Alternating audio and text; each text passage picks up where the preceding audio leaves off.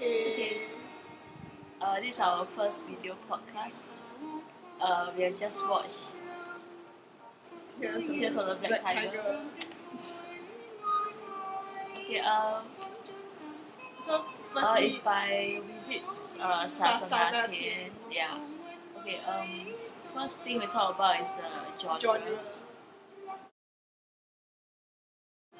So it's a homage to the Western genre with melodrama and romance. So, usually Western genre is characterized by it's a story that centers around the like wanderer. a wanderer, usually like a cowboy, gunfighter. So in this case, he's just a poor guy. Yeah, he's part of this gang, this really famous gang. Is there a name for the gang?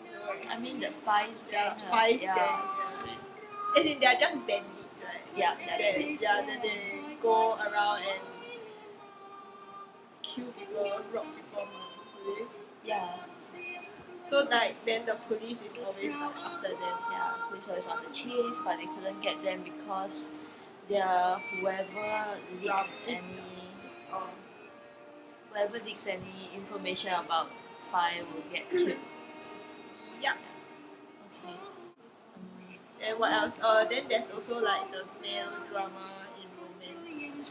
Yeah, there's a typical melodrama in romance where the guy likes a girl that's the girl likes the guy also, but then they can't be together. Yeah, okay, the guy is not in the girl's league in the sense that the girl is too rich and the guy is too poor. So he's denied of love. He denies himself of love, which is very, very stereotypical of melodrama romance. Yeah, in an ironic way, the fiancé of the girl is the police captain. Right. Yeah. Okay, anyway, just go and watch the film now. Yeah. This is a very action-packed movie actually. Yeah, it's a very action-packed movie because, of course, there's action in Western. Yeah. Yeah. It's filled with a lot of gunfights and more gunfights. Yeah. And there's a lot of blood and spilled. Yeah, it's actually rather gory, like a typical Western film. What is different about this Western is that it's not a typical Western because the style in this movie is really whimsical. So it becomes like a mix of Western comedy.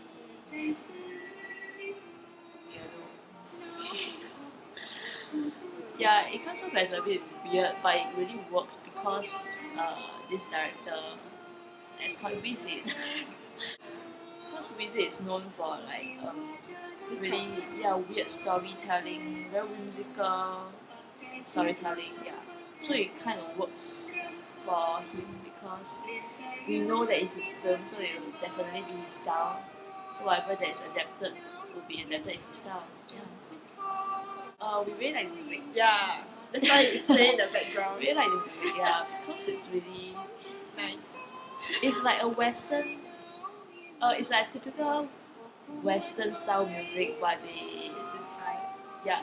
Okay, it's in Thai and it's really whimsical. It's a really like.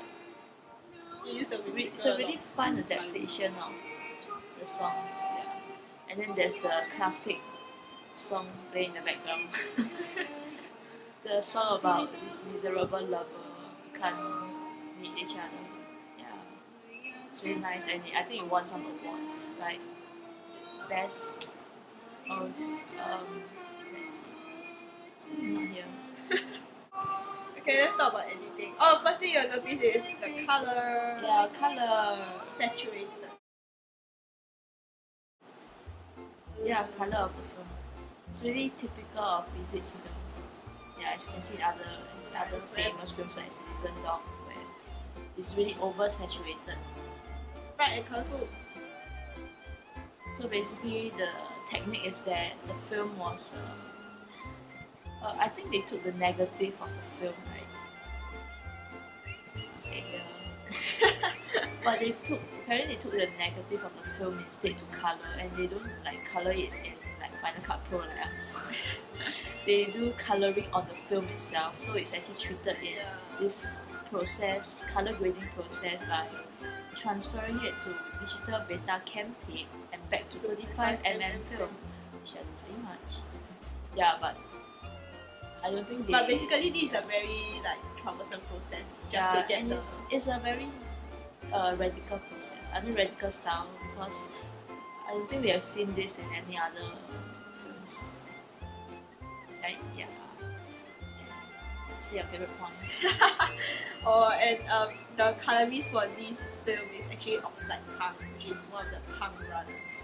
You know, the people, the brothers who directed The Eye.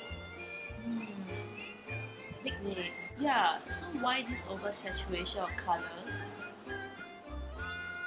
It is to portray the mood of the characters in the film. Yes, bright and colourful, but you know what is really like what is really special about this colouring is that it takes away the gore of the film. It's like the blood is so okay. The reds are like pink, are like hot pink. So even though there's a lot of like blood spatter and things like that in the gunfights, right, it doesn't come off as too gory because the colours are totally off. It becomes really stylized. Yeah, I guess that's what the director is going for. This is it's like a motif for all his films since he uses the same colours. And since the story is told in such a whimsical way, yeah, there's even that special shot of where there's the deflection of the bullet, and then they were like, yeah, then they show this scene where did you manage to catch that? Let's see it again. So they repeated the whole scene in close-ups instead, like cuts off the deflection of the bullet right to the bandit's brain, which is very cool. And it kind of worked because that's his style. And do you want to talk about character development? As in, until now, I feel that we don't really know much about our characters in the film. Backstories. Yeah. We don't have backstories except for the main character. Yeah, other than you know that okay, they like each other, then the whole of 10 years they didn't contact each other. And what else? Yeah, and the fiance is like a bit weird. Isn't he weird? No, I find that the characters are rather stagnant.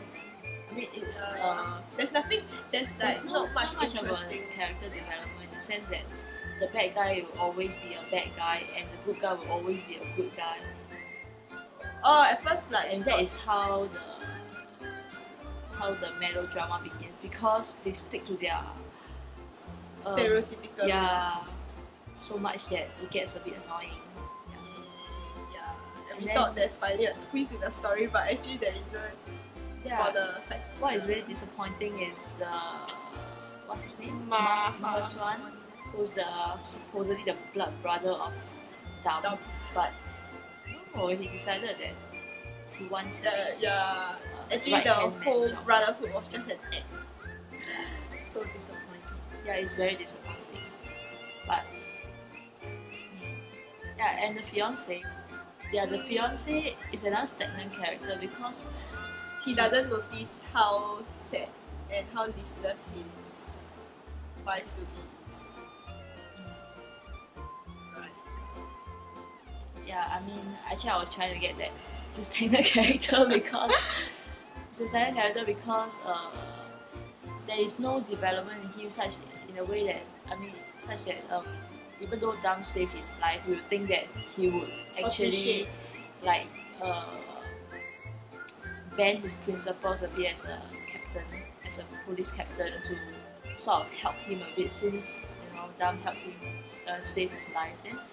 But he didn't, so he just stuck to his principles, and even though Dam actually informed him about the ambush of his Fai's gang during his wedding, but his fiancée just totally ignored that and wanted to arrest him and kill him. Yeah, the characters are rather one-dimensional. Even Dam, I mean, he's really quite dark.